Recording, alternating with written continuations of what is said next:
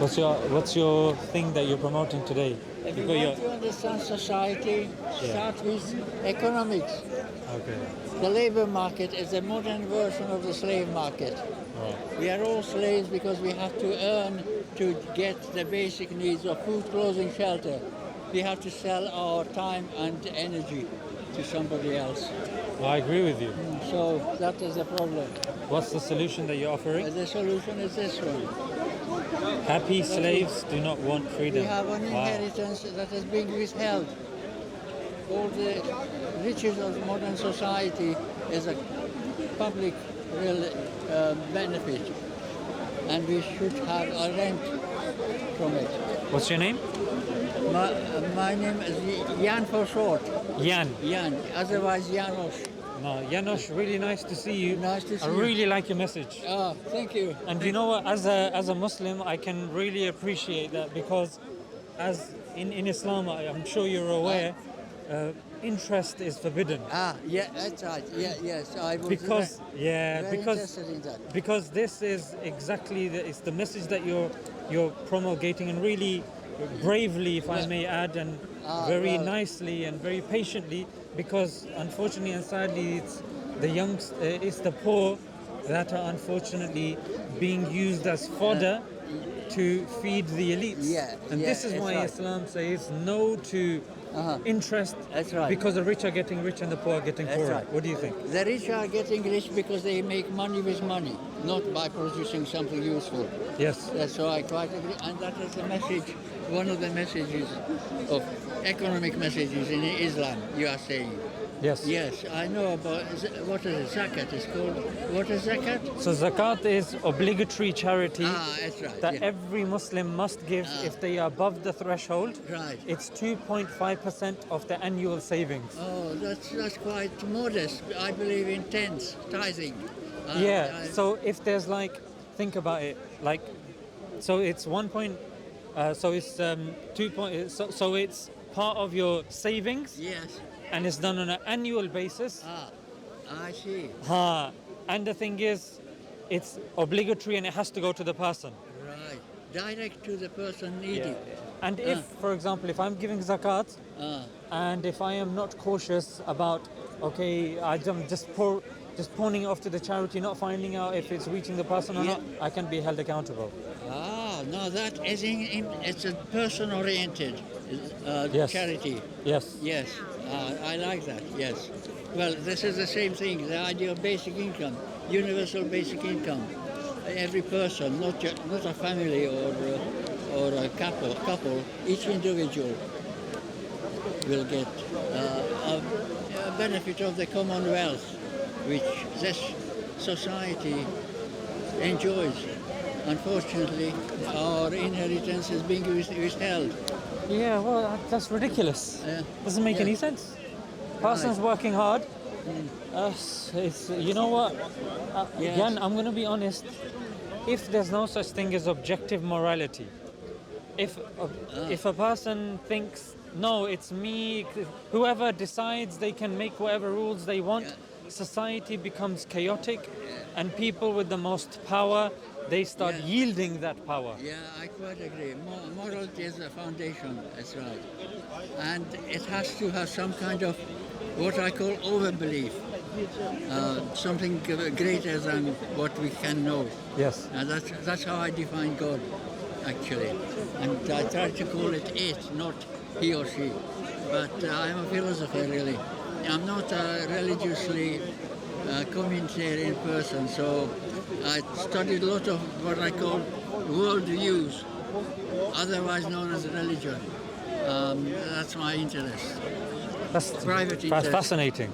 I'm not an academic either. I had no education whatsoever. That's a long story. But I believe it. We are here for a purpose. Each of us is here for a purpose. What do you think your purpose is, Jan? Is it okay if I clip this hair? What's that? It's just a microphone. Well, You can hold it if you want, whatever's easy for you. Okay. Or I can clip it here if you want. Yes. All right. Thank you. It's just going to make it easier to pick up Well, the wisdom that you're bestowing upon us. I am 86 and I try to reduce my thinking into certain principles. The fundamental principle is what is a human being. We humans are spiritual beings with a mission in the physical world. And every mission starts with finding out what is our mission in this incarnation. Some of us have been here, I believe in incarnation, in other words. What do Muslims think about incarnation? Yeah, we don't believe in reincarnation. We believe that when you're going to die, then there is a day of judgment. We're going to be judged, and then there is heaven and hell. But tell me, one thing I puzzled, the idea of heaven in Muslim religion seems to be very materialistic. Houris and endless, or is it a distortion of Muslim belief about heaven? I think, Jan, I think you're wise enough and old enough to kind of realize that it's unfortunate that a lot of the kind of juice and the crux of especially Islam has become very kind of, well, they're trying to commercialize it like they have done with Christianity. Whoa. And if we look at paradise, if the goal of paradise for a Muslim is union with the Creator. Scholars say that if I don't get to meet my Lord and I'm given these material things, what is the use of paradise? Oh, that is real Muslim. So the goal of a Muslim is wanting, because we're praying, we don't get to see our Lord. We're proclaiming, we don't get to see our Lord. We're reading, we're preaching about Him. The goal, Jan, is to see Him and stand in front of Him and just relax and know that that's it. We're with Him now. Yeah, I like that. Yeah, yes. Again, being a man of philosophy, I am somewhat a man who kind of appreciates philosophy, Western philosophy as well. And considering what the philosophers say, and I'm sure you've reached that position of a necessary being. Right, a necessary being, yes. Yeah. The end of the causal chain. Yeah, there must be. So then we, as Muslims, we go forward logically, even let's just say as a deist. You accept the necessary being, then Jan, I will posit that the necessary being is independent. Right. Because as dependent beings, we rely upon Him. Right, yeah. Mind blown, I think a lot on this issue. I'm going to give you some more, Jan, and feel free to bounce off me, because I really love this subject, and I love that you love this subject. I do. Yeah. Your smile is encouraging me as well. Thank you. So the independence, because naturally we are dependent upon the necessary being. Yeah. And then will, because the mere fact that the universe is one way and not another way indicates that the necessary being made a choice. Yes. So that indicates he has will. Yes. Power, because we see power around us. Oh, what accomplishment, yes. And power gets its power from that it depends upon. Right. So naturally, the necessary being must be powerful as well. Yes. And eternality. He must be eternal. Yes. He can't pop in and out of existence because we rely upon it. And surely, if it popped out of existence, we'd be finished. Right.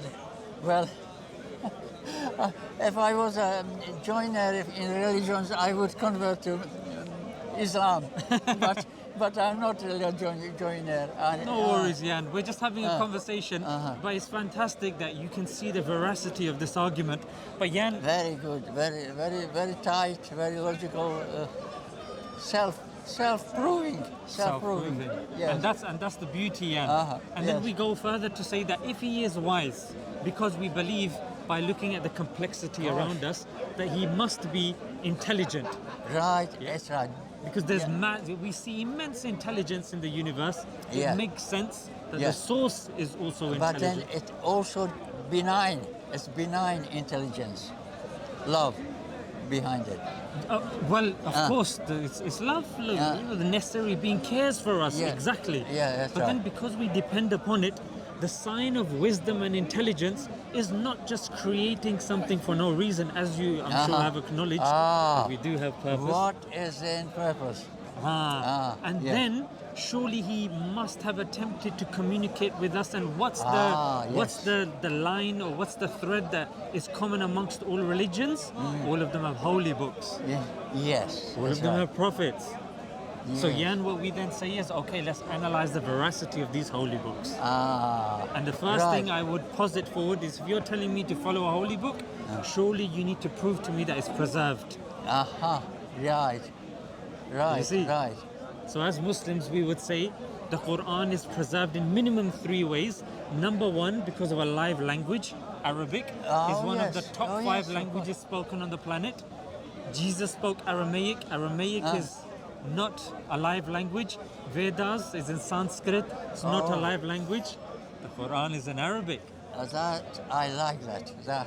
That is fantastic.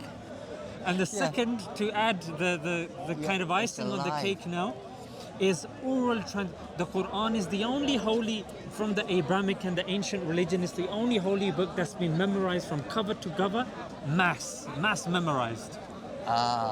No one else from the Abrahamic and the ancient religions don't claim to have memorized their book from cover to cover, mass. So it lives in people's in mind. Yes. So you can burn the books, you can make copying errors, but what's in the mind? Wow. stays You are in a the mind. philosopher. I can see that. Yes, that's right. I have to go now. Thank you for your. Yes, your thing. no. Thank you Yeah. for your time. Thank you for your conversation and lending your ear. Right. Okay. So, yes. And hopefully we meet again. We can meet again. I come here to meet interesting people like you. Thank you, Jan. You're too kind. Yes. Take care, Okay. my friend. Thank you. Thank Bye. you. Thank you. Thank you.